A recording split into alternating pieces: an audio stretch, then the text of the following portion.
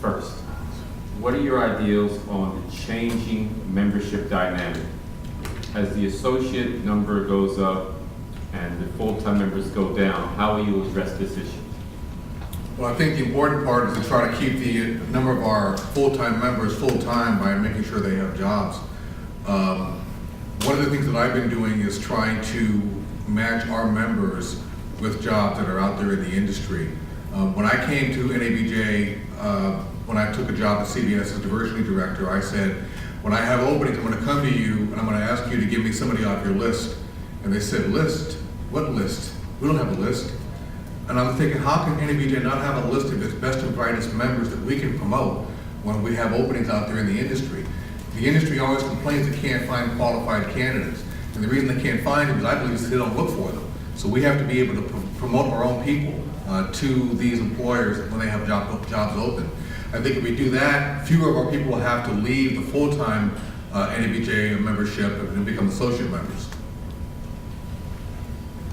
I believe we need to communicate more with our NABJ members. We need to ask them, what more can NABJ do for you? Because you will be a part of something if you love that organization, if you're passionate about it. So I believe that we need to include more people. We need to include editors. We need to include photographers. We need to communicate with the members who are not NABJ members and ask them, why aren't you a member? And if we need to change what we need to do in order to grab them, then I think that that's what we need to do. As the industry, as the public has more vehicles for getting their information, less time spent watching the evening news or the noon news, how is it that broadcast journalism is still relevant? Dedrick. Oh, it's still relevant because, we inform people what's going on in their community.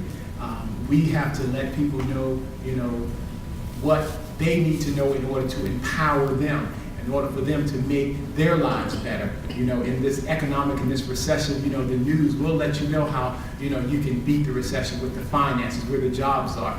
At my news station, our slogan is, we're on your side, and we give the information and the tools that people need in order to make their lives better. And I think that's what NABJ is all about. We can empower people and let them know what they can do to make their lives better so they can survive and thrive in this economy. 40 years ago, people said the network news was dying. It was going to be gone in 10 years. They said the same thing about newspapers.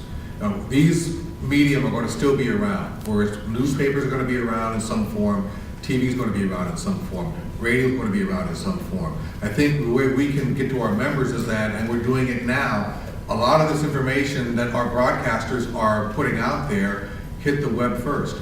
We have to be able to do that. That's why we have to train our members to think web first. When you go out on a breaking story, you can't wait, in time for the 6 o'clock news to get the story out there. You have to get it on the air now. That means you have to be nimble, you have to be quick, you have to be like a radio reporter. Get out there on the scene and bam, go on the air now, so that it goes to people's cell phones, so they still come to you. They may not be turning on the television to get the news, but they'll still get the news from the television reporters. First, what will you do as Vice President Broadcast to provide more support to local chapters and bridge the gap between chapters and national? For the broadcast members especially, I think the work that I've already been doing is going to pay dividends in that.